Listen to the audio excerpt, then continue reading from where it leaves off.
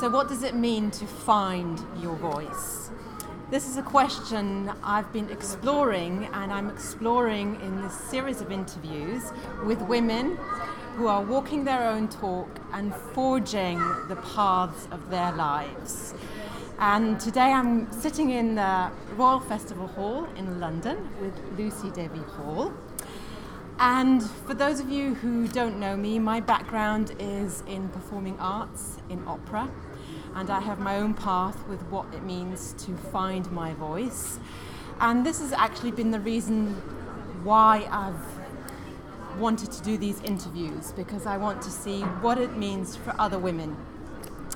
So welcome, Lucy. Thank you. And Devi Hall is founder of Deeply Woman. Yep. And a woman's empowerment coach. Through her workshops and her coaching, she works with women who think they're not good enough to create more fulfilled lives. She's also an authentic and inspiring speaker who loves to show women that change is possible. Yep. So welcome, Lucy. Thank you very much. Yeah. So that's actually a big thing to say, change is possible. Yeah. What does that mean? Well, I've got quite a history of sexual abuse, drug addiction, eating disorders, bulimia. And when I was stuck in that, I never thought it was possible to change. But I've changed. My life is completely transformed. So I love to be a kind of beacon to tell women that that's possible to change. No matter what's happened to you, even if you had a terrible beginning of life, it's possible to change, and I know it's possible to change because I've done it, and there's nothing special about me. That's gorgeous. That's absolutely gorgeous. So what is the first step in realizing that change is possible? Because it seems like that is one of the most important parts, right? Or am I mistaken in that? What do you think? I think it's for me, it was finding people that had actually walked that path before me. It was being inspired and seeing, oh my God, this is possible. Because my thinking at the time was, I didn't think I was good enough, I thought I was a terrible person, like all that kind of negativity. So to actually see someone else that had gone through, change, that was the first thing that gave me hope. Yeah. And then for people to tell me, well, this is what I did. Yes. It's like, okay, so what, you're telling me what the steps are that you took. So then it's like, oh, there's a way out. Yes. Yeah. What are those steps? It depends. Everyone, different things work for different people. Right. For me, therapy, coaching, personal development, self-development are things that have helped me. Yeah. And I believe in those things deeply. Do you, the relationship between, change and finding your voice, can you speak to that? Yeah, it's a good question. In my work with women and also myself and just even my friends and stuff like that, I see that a lot of us, women as society, we dampen our voice down. We make ourselves smaller, we make ourselves take up less space, we make what we have to say less important, and it shows up in everywhere. It shows up in, like when you're making love, you don't say what your needs are. It shows up when you're working, you don't it's a room full of mostly men, and you think, oh, maybe I can't say what I want to say, maybe you feel stupid. Like, it's everywhere. It's so kind of ingrained in our society to dampen ourselves down. And then actually when a woman does come out, she can be judged as, oh, who does she think she is? Or she's so hard, or she's a bitch, or like, but actually no, it's just us expressing our voice. Absolutely. And actually there have been studies showing that assertive women are perceived as being aggressive. So even just being assertive as a woman is actually an issue.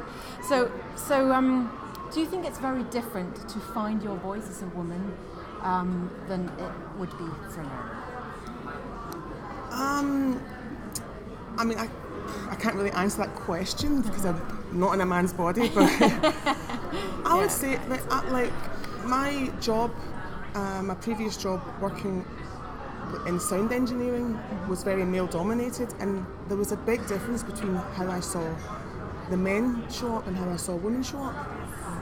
If we were given a task, men were like, straight away, I can do this. They would go out and do it, and then the women would kind of hang back and think, there was something like they would have this self-doubt, or they weren't so kind of just going forward and saying, I can do this. Yes. So that was a big difference, and I think that's connected to what you're saying. Okay, can you speak about a personal experience with that? Because I remember we talking in our preliminary interview, you mentioned a lovely example. Which one? I can't remember. A situation where you were with these in a work professional environment, and you were actually the expert. Yeah. No, that wasn't a work. That wasn't a work. Okay, I thought it was at work. I was in I was in a recording studio. Okay.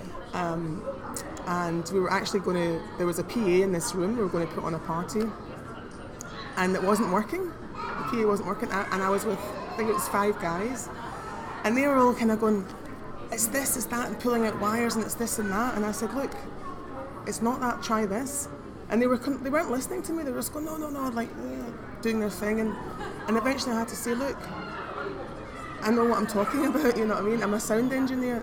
It's this. Try this. And then the end, it was that. And then I said this at the beginning. And like one of the other guys, like, it's true, you did. You just didn't listen to you. Great. Yeah. Great. So there's something about owning our knowing in that. Would you like to speak to that? Yeah, it's a good question. For me, I mean, I know I still do it sometimes, even though I know that I know.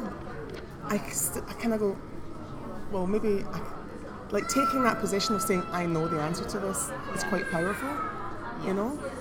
And sometimes I still catch myself, like kind of going, okay, giving it a few seconds, but then I'm like, no, okay, I do know this. Yeah. You know. What do you think?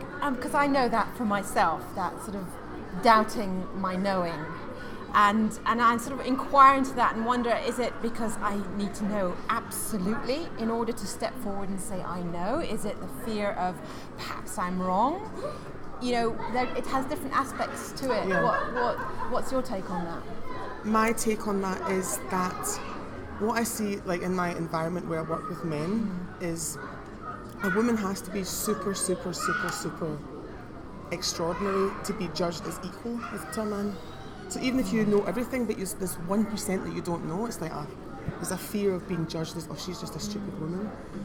And I think that I know for myself and other women that I've worked with that they carry that, you know, that they're even just to not know one little thing, they're scared to be judged as being stupid, you know.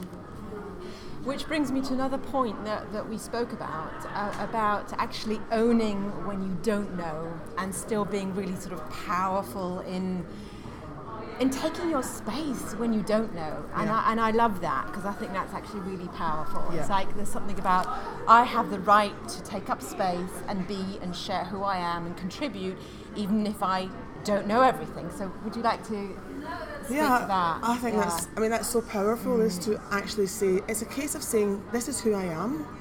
Yes. So this is who I am. I know, I don't know, I possibly know, or whatever it is. It's like saying, I have the right to be me and show up as I am. And that's also saying that you don't know something, because there's nothing wrong with not knowing something. You know, not everybody knows everything. Absolutely. So why be ashamed about it? Why hide it? And it's also quicker to just say I don't know something. Yes. You know? Yes. Instead of trying to pretend. I find that if you're trying to pretend, it means somewhere there's a little bit of shame about who you are in that moment. Yes. Do you think that's something that's culturally ingrained, or there's like a meme that, you know, not knowing is seen as something bad? Yeah, I think I think people get judged. Let me just go back on that, because do people get judged, or people judge themselves? So that's what I'm thinking. I think people are actually harsher on themselves than they think people are going to be to them. I think that's what it is, actually. Yes, I totally agree with you. So, what's been one of the biggest realizations for you in finding and owning your voice?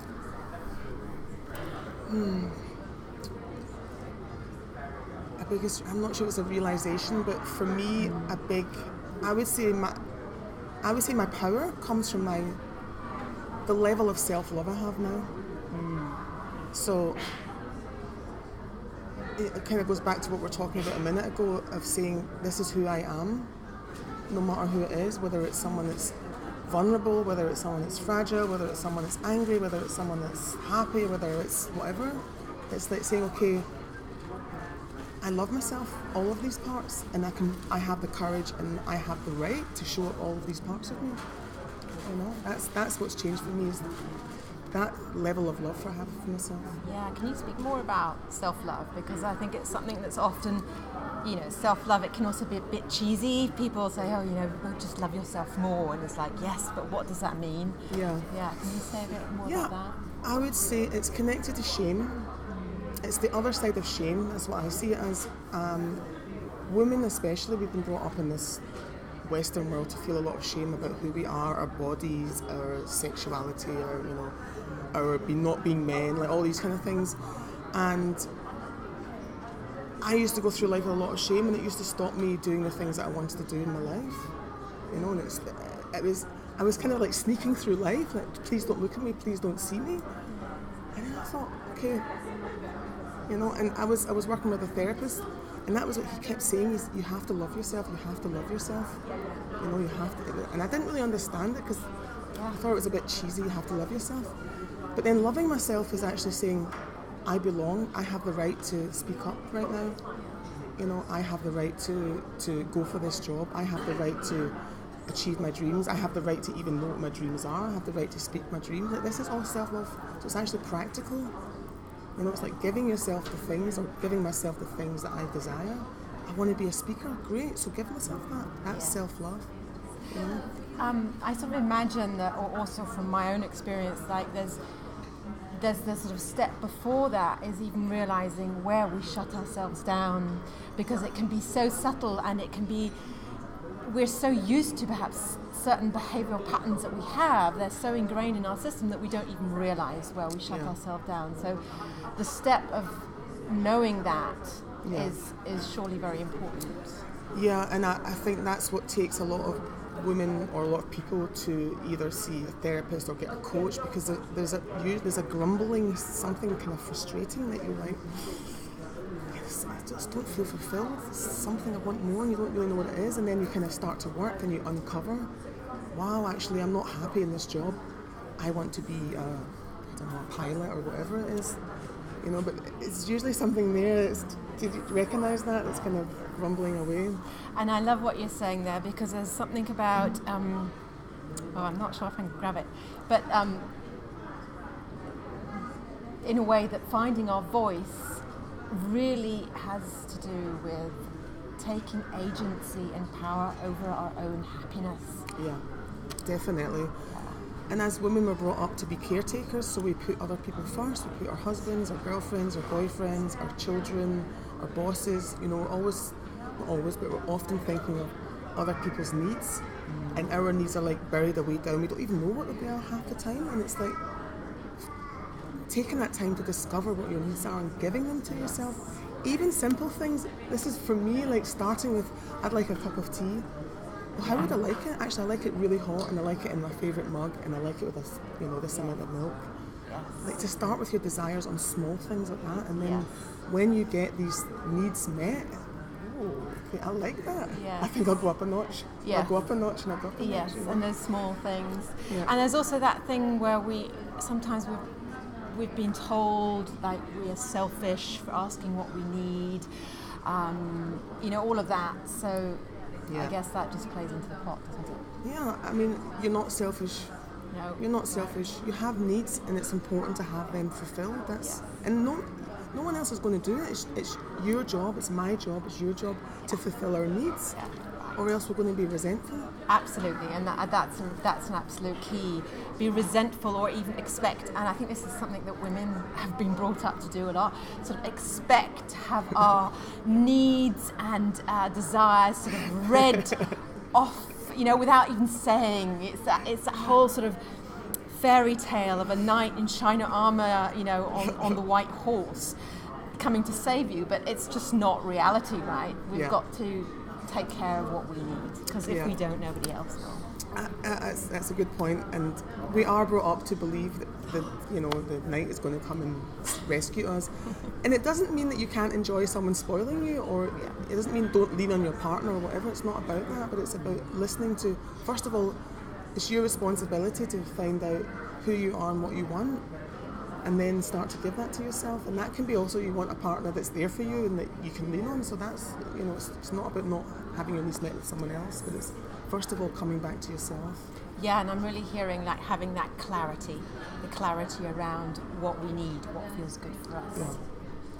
And that's already a huge step often then. Yeah. What really makes us happy?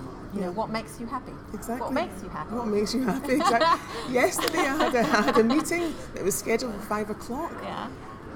And I said to I messaged the person, I said, look, I need to postpone it for half an hour because I need to take an emergency bath.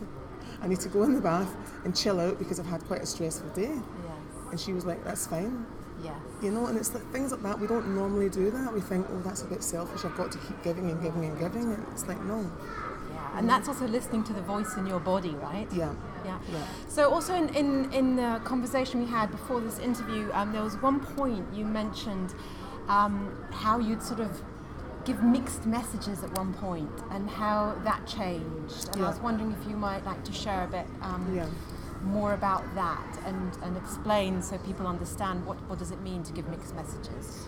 Yeah, that was, for me, as I grew up, I had 2 older brothers and my dad is Nigerian, and so in that culture boys are more important than girls, and I really got this message that, to kind of hang back and give them space. So I really learned that when I'm in company, not just with men but in general, I would kind of hang back and give other people space. They're more important.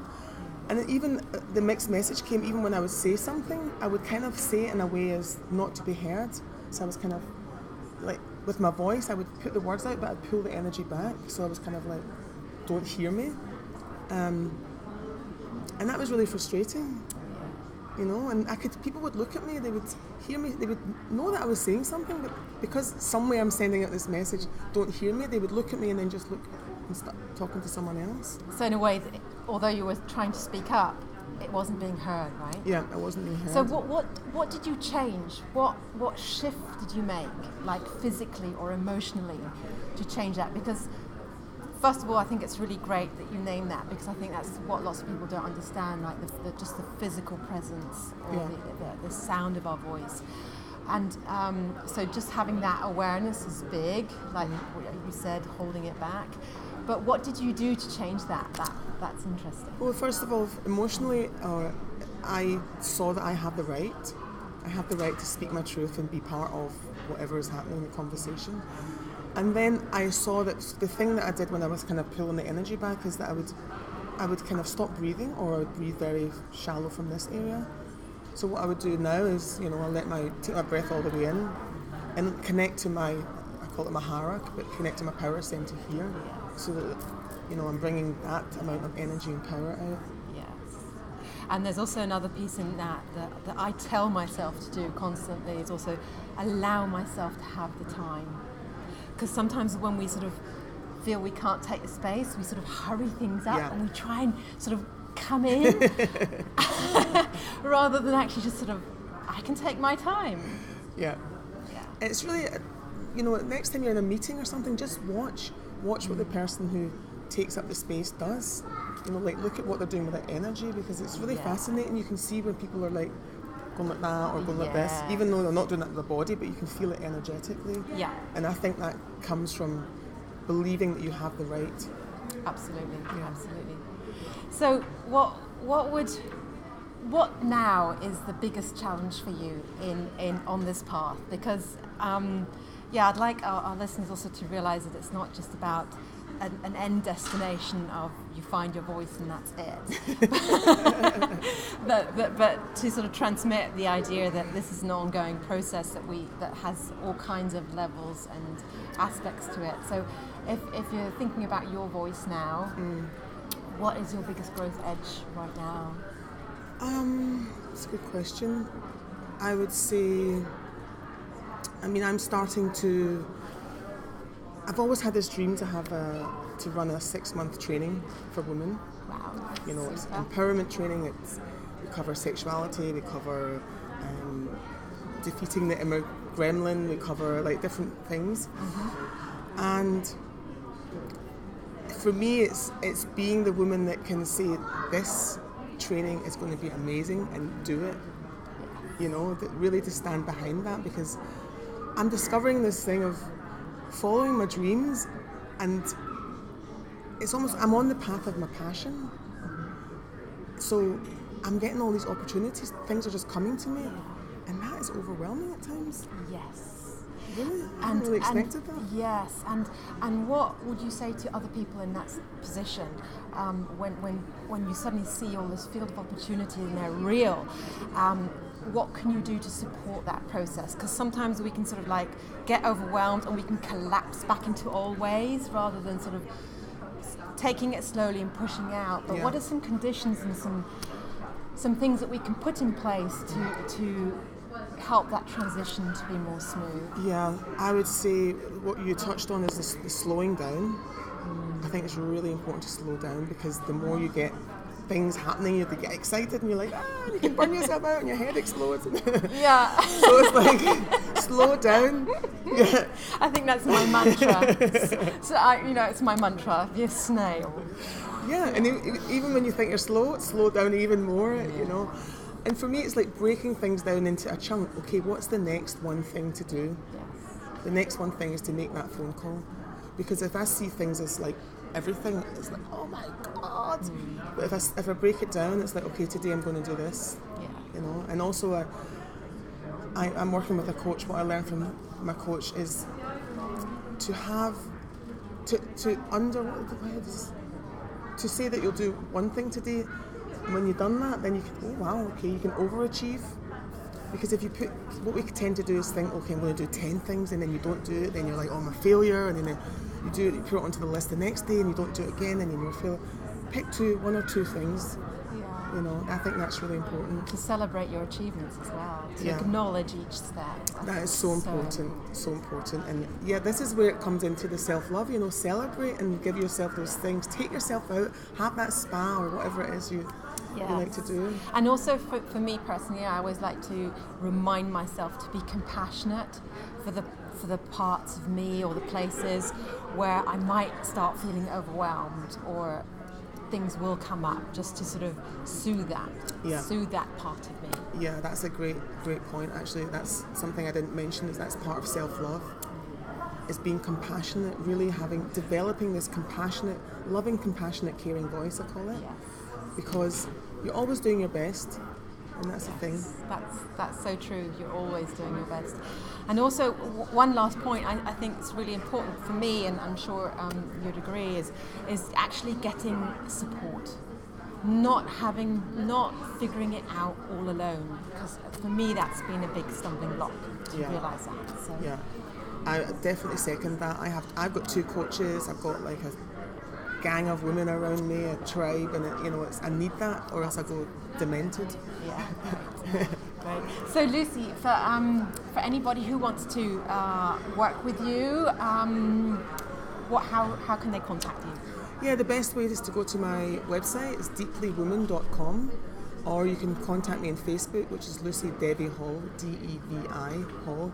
Contact me there. I've got a workshop coming up on the 7th and 8th, which is called Body Love, and it's all about untangling all those messages we give ourselves about our body, stepping into loving our body, and then we're going to do some burlesque, and at the end we're going to do a photo shoot of you in your beautiful magnificence. Lovely. So, yeah. Lovely. I love Thank that. you. Super. And thanks so much for being here. Thank you so much for having me. It's been really lovely, actually. Really a pleasure. Yeah. Thank you. Me and too. If you're interested in my work, it's voicepowertraining.org, and it's about connecting to your core, finding your voice, and becoming more fully expressed. So thanks. Thank you. Bye for today.